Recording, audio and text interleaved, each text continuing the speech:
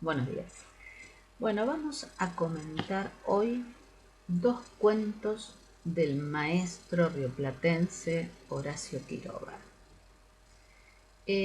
¿Por qué vamos a comentar estos dos cuentos en nuestro curso de Introducción a la Literatura después de haber estudiado el romanticismo, el realismo y el naturalismo como movimientos estéticos, literarios y, por cierto, también filosóficos europeos del siglo XIX?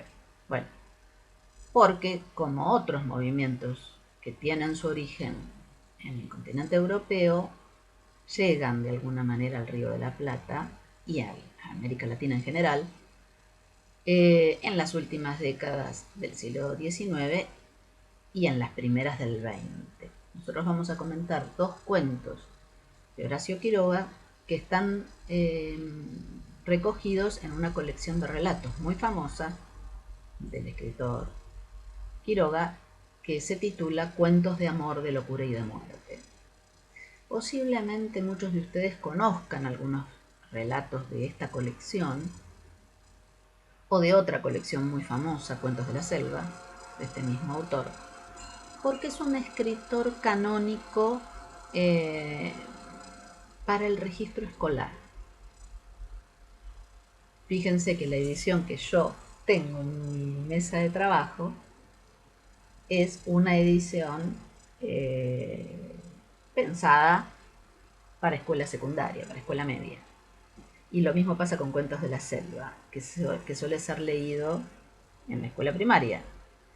Por alguna razón, que no sé cuál es, no es un escritor tan reconocido como merecería en los ámbitos académicos. Los dejo como comentario para que cada uno lo piense. No tengo respuestas al respecto, pero es un escritor excepcional y su prosa es extraordinaria. ¿Por qué me interesa entonces comentarles estos dos cuentos y por qué los he seleccionado? Los cuentos son El almohadón de plumas y A la deriva. Podría haber seleccionado otros, por ejemplo, La gallina degollada o El solitario. Y muchos otros, porque es una colección que tiene muchos relatos. Pero elegí estos dos porque me parecen, primero, magníficos y segundo, muy ilustrativos en este aspecto que yo quiero subrayar, que es cómo el maestro Quiroga conjuga en su prosa rasgos románticos, realistas y naturalistas. Empecemos con El almohadón de plumas. El almohadón de plumas es un relato breve y particularmente intenso. Está lleno de imágenes visuales, táctiles y sonoras que logran construir la atmósfera de pesadilla del cuento, que está muy ligada a la estética del romanticismo. Una cosa que cabe mencionar aquí: Quiroga fue un lector atento de Edgar Allan Poe, al que claramente considera su maestro. Nos legó, y lo pueden buscar en internet, el Decálogo del Perfecto Cuentista, que es una reelaboración metodológica y literaria de la teoría del efecto de Edgar Allan Poe, y que también pueden consultar. Pero es un maestro, además, fue un maestro de los escritores posteriores a él. Para nombrar solamente dos, hablemos de Abelardo Castillo y Julio Cortázar. Ambos, Abelardo Castillo y Julio Cortázar, tienen, por supuesto, la influencia evidente de Edgar Allan Poe, pero también las lecciones del maestro Quiroga. Bueno, dicho esto, vamos a detenernos en el cuento. El relato comienza con una referencia precisamente a la protagonista. La protagonista es una joven pareja recién casada. Ella se llama Alicia y el cuento comienza así. Su luna de miel fue un largo escalofrío. Rubia, angelical y tímida, el carácter duro de su marido heló sus soñadas niñerías de novia. Lo quería mucho. Sin embargo, a veces con un ligero estremecimiento, cuando volviendo de noche juntos por la calle, ella echaba una furtiva mirada de la alta estatura de Jordán, mudo desde hacía una hora. Él, por su parte, la amaba profundamente, sin darlo a conocer. En ese comienzo, rubia, angelical y tímida, el carácter de su marido heló sus soñadas niñerías de novia, Quiroga nos pone un poco al tanto de un proceso que ya comenzó. De alguna manera, el texto tiene esta virtud de incorporar al lector en un proceso de una especie de devenir imperceptible de este personaje que ya tuvo lugar antes de iniciado el relato. Esto parece raro. Ustedes lean el cuento y lo comprobarán. El cuento tiene esta potencia de sumarnos a nosotros a un devenir del personaje que por supuesto culminará con las últimas palabras, pero ya tuvo lugar su comienzo, podríamos decir, antes del inicio de las acciones. Bueno, hay en este relato un ambiente frío, hostil, contaminado el mármol blanco, del estuco perfectamente alisado de las paredes. Tenemos un patio en otoño, el tiempo, digamos, cosmológico del relato es finales del otoño. Entonces tenemos un patio, digamos, poblado de árboles sin hojas. Y lo quiero leer. Quiero leer un fragmentito de esa maravillosa creación de ambiente que da el cuento.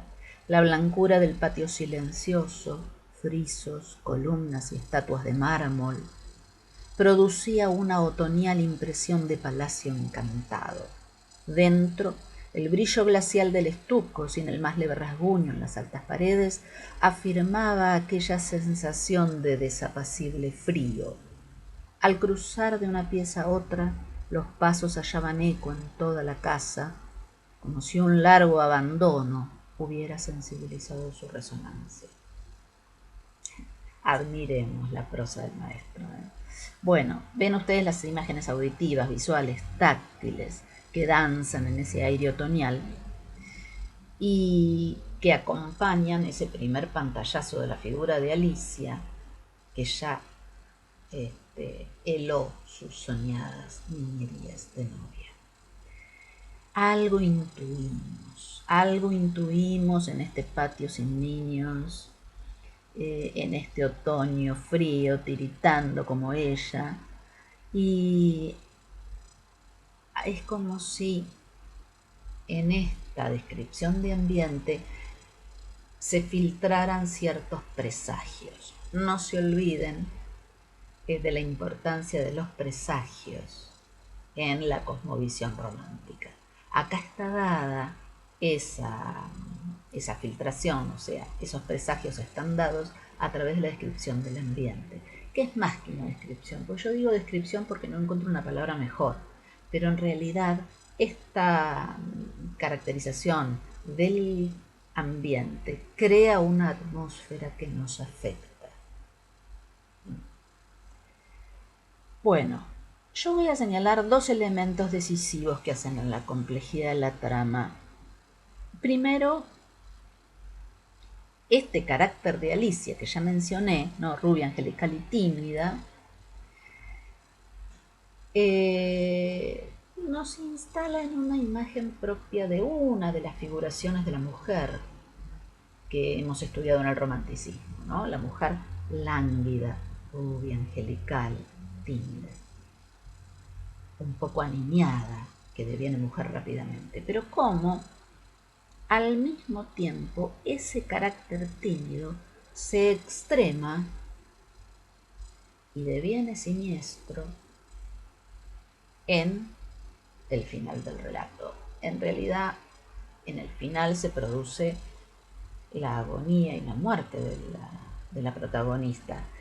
Pero todo el cuento es un proceso, como dije antes, todo el cuento es un proceso hacia ese devenir imperceptible de la figura de Alicia, que termina vaciada, absolutamente dividida y muerta y desaparecida. La imagen final es el hueco de la cabeza de Alicia en el almohadón de pluma. Por eso hablo de un devenir imperceptible tomando el término de Deleuze, pero pensando en esta construcción de un personaje que deviene nada, que deviene no solo cadáver, hueco y ausencia ominosa. Bueno, entonces este es el primer elemento que quería señalar. Y el segundo elemento que hace a la complejidad de la trama es la impotencia de la medicina, del discurso médico y la presencia inútil de los médicos, ¿no? Dice, había allí delante de ellos, se refiere a los médicos, una vida que se acababa, desangrándose día a día, hora a hora, sin saber absolutamente cómo. Los médicos se miran, le toman el pulso, que casi no se escucha, le comunican a Jordán que no hay nada que hacer. Lo que resuelve la trama es una potencia desconocida que permanece absolutamente oculta hasta el minuto final del cuento. Sobre esa potencia vampírica no podemos dejar de lado este elemento que, aunque sabemos al final que se trata de un parásito de las aves que estaba en el almohadón de plumas, la potencia que succiona y se lleva la vida de Alicia es una potencia vampírica. Dice el narrador, en 5 días, en 5 noches, había vaciado a Alicia. Recordarán, porque lo explicó muy bien la profesora Cecilia Secreto en sus videos, una de las figuraciones fantásticas de la cosmovisión romántica es el vampiro, que no es siempre igual, ¿no es cierto? Varía mucho de Poe a Eta Hoffmann, a Villiers de l'Isle-Adam. Hay hay muy diversos vampiros, o Le Fanu, como a quien hemos leído. Acá hay otro vampiro, otra potencia vampírica, sobre la cual el narrador pretende echar una luz racional, ¿no? Al final hay como una especie de nota enciclopédica, con eso cierra el relato, en el que, a través de la cual se nos ilustra a los lectores de que hay unos parásitos de las aves que habitan en los almohadones de pluma, que es frecuente hallar en los almohadones de pluma, que bueno, parece que la sangre humana les es muy favorable. Pero esa nota enciclopédica al final, como los lectores sabemos, no logra mitigar el efecto ominoso de esta potencia que es claramente un monstruo de patas velludas, con lo que finaliza este cuento.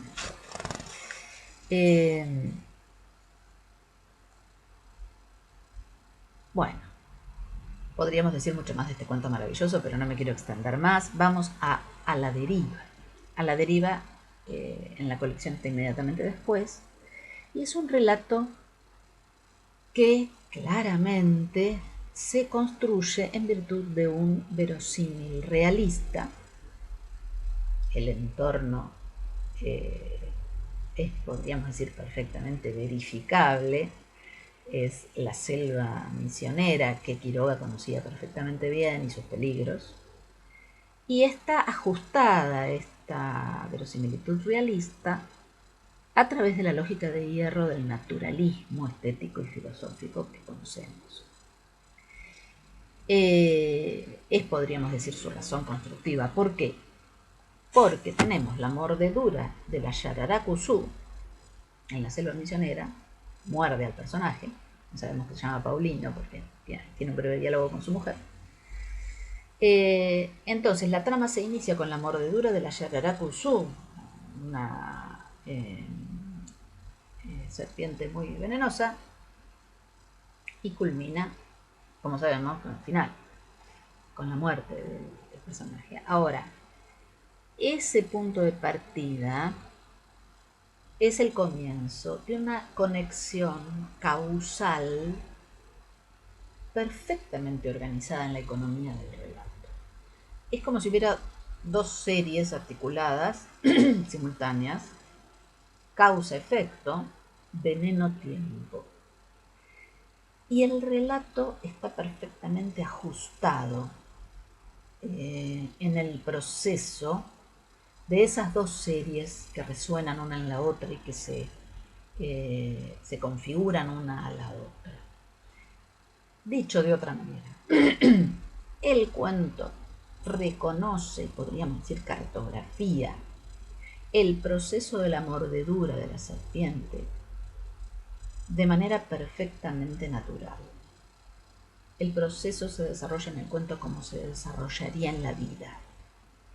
Dado que el personaje no llega al puerto de Tacurupucú, al que se dirige con su canoa a la deriva por el río Paraná, no llega a tiempo, sabemos que el suero antiofídico debe aplicarse como máximo 5 horas después de la mordedura, y sabemos que el personaje no llega a Tacurupucú en ese periodo, en ese lapso. Lo que quiero decir es que la causalidad del relato representa la causalidad natural. Por supuesto, como hemos dicho cuando estudiamos el problema de la ficción, es una causalidad literaria, pero es una causalidad literaria que representa, que pretende representar la causalidad natural perfectamente ajustada al mecanismo fisiológico de la acción del veneno sobre el cuerpo. Entonces, el tiempo narrativo es una soga tensada, ¿no? Una cuerda tensada. Y esto es lo que hace que el relato sea tan atractivo y que incorpore en su juego al lector de una manera tan efectiva, ¿no? Es un cuento eficaz desde el punto de vista narrativo. Bueno, no obstante, la estética realista y el verosímil realista, más la filosofía naturalista que domina la construcción del relato, como acabo de explicar, se filtra en el lenguaje lo aprendido por Quiroga en su atenta lectura del maestro Poe. El espacio narrativo, la selva y sus peligros, no es un escenario inerte, no es simplemente un decorado de las acciones, ni mucho menos. El espacio es motor desencadenante de las acciones, pero también es una atmósfera que permea la conciencia del personaje y se anuda a la acción, al tiempo y a la subjetividad de este personaje protagonista. Lo que quiero decir es que, como podemos ver en Poe y en tantos narradores excepcionales, el tiempo, el espacio, el personaje, las acciones no son categorías narrativas que van cada una por su lado, sino que configuran un cuerpo, podríamos decir una multiplicidad activa, y se potencian unos a otros.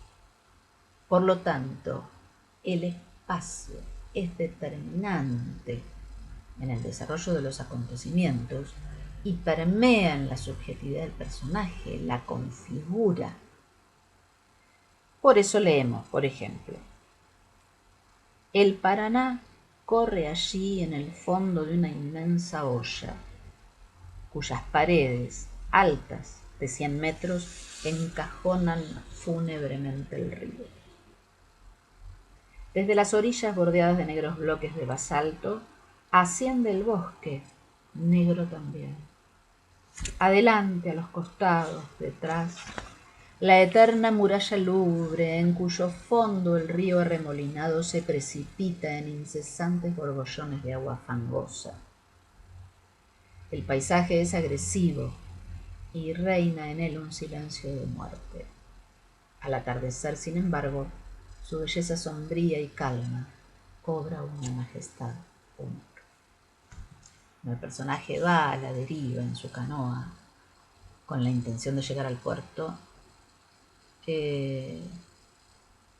Lo rodea este paisaje, que es más que un paisaje.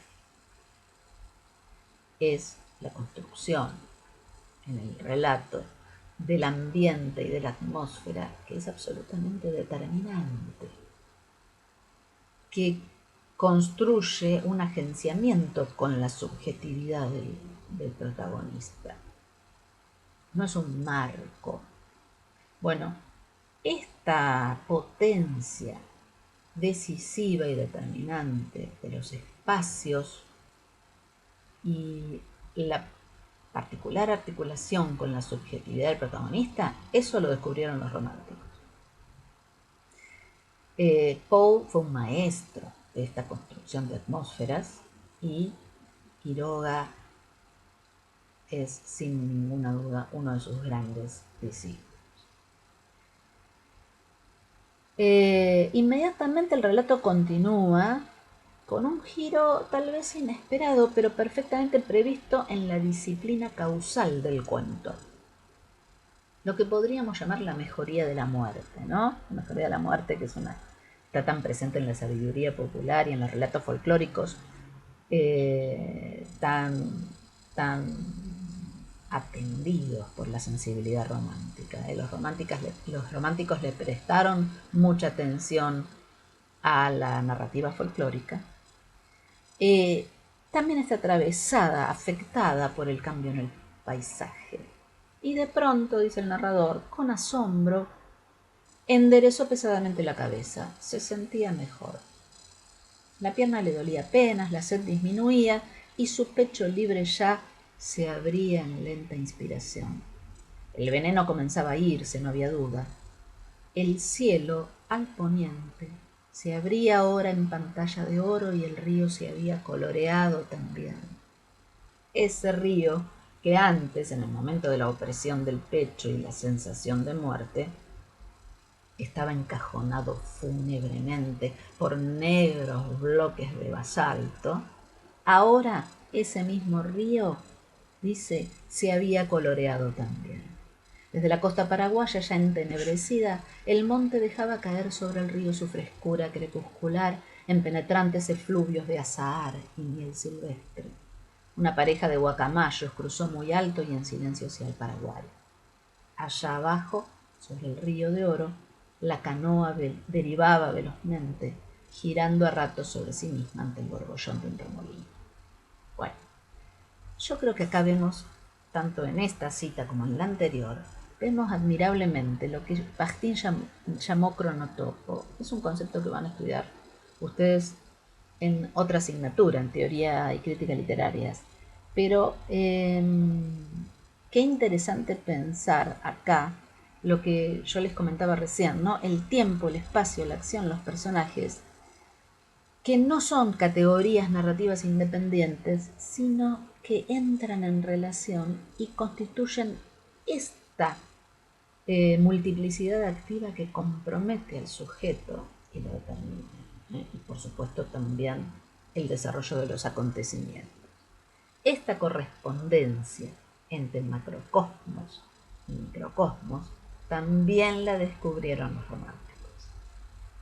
Y fíjense cómo este maestro rioplatense ha sabido conjugar la estética del romanticismo con la del realismo, con las determinaciones filosóficas del naturalismo, y ha creado una obra singular que yo los invito a recorrer.